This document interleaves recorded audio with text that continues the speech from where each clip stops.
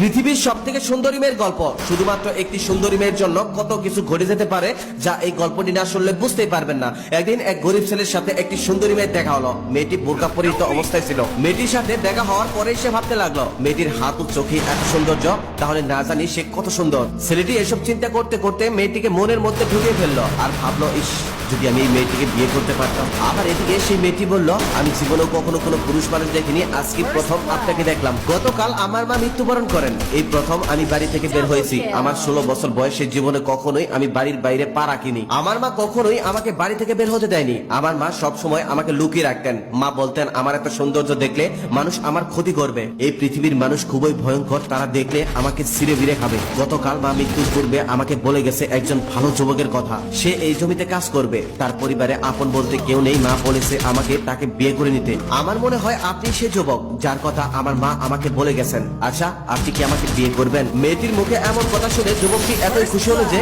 সে আবার জিজ্ঞেস করলো, আচ্ছা, আপনি কি সত্যি আমাকে বিয়ে করতে চান? মেয়েটি তখন বলল, আমি মিথ্যা কথা বলি না, কারণ আমি কখনোই মানুষের সাথে ওঠা বসা করিনি। আমি শুধু মায়ের সাথে ওঠা বসা করেছি। আমার মা কখনোই আমাকে মিথ্যা শেখায়নি। তারপর খুবই পর্দা অবস্থায় মেয়েটি ও ছেলেটির বিবাহ হলো। বিয়ের দিনও খুবই পর্দার অবস্থায়, পর্দার আড়ালে তাদের বিয়ে হলো। বিয়ের দিনেও কন্যাকে কেউ দেখতে পারেননি, কারণ চারদিক কালো কাপড় দিয়ে ঢেকে রাখা হয়েছিল, যেমনটা ওই মেয়ে বলেছিল। কেউ কখনো ভাবতেও পারেনি ওই সাধারণ ছেলেটি এত সুন্দর একটা মেয়েকে বিয়ে করবে। কেউ কখনো কল্পনাও করতে পারেনি। ছেলেটি বাসর রাতে ঘরে ঢুকতেই দেখলেন তার চাঁদ মাখানো নতুন স্ত্রী ঘোমটা দিয়ে বসে আছে। সেদিন রাতে ওই যুবকটি একটুও ঘুমাতে পারেনি। সারা রাত তার স্ত্রীর চাঁদ মাখানো মুখ দেখে রাত কাটিয়ে দিছে। পৃথিবীতে এত সুন্দর মেয়ে আর দ্বিতীয়টি নেই, তার এমনটাই মনে হয়েছিল।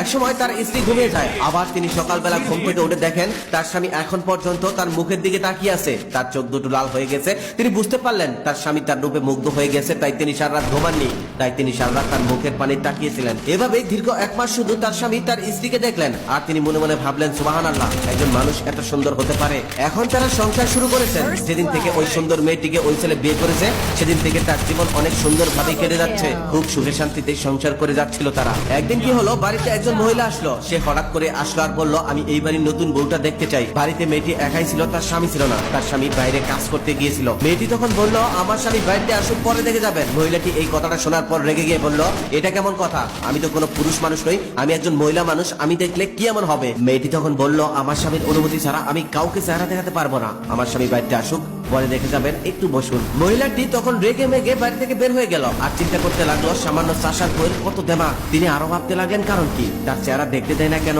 এখানে কি কোনো রহস্য আছে? সেই যুবকটি আবার জমিতে কাজ করছিল। মহিলাটি সেই যুবকের কাছে গিয়ে বলল, তোমার স্ত্রীকে দেখে আসলাম, তুমি তো পৃথিবীর সব থেকে সুন্দর মেয়েকে বিয়ে করে ফেলছো।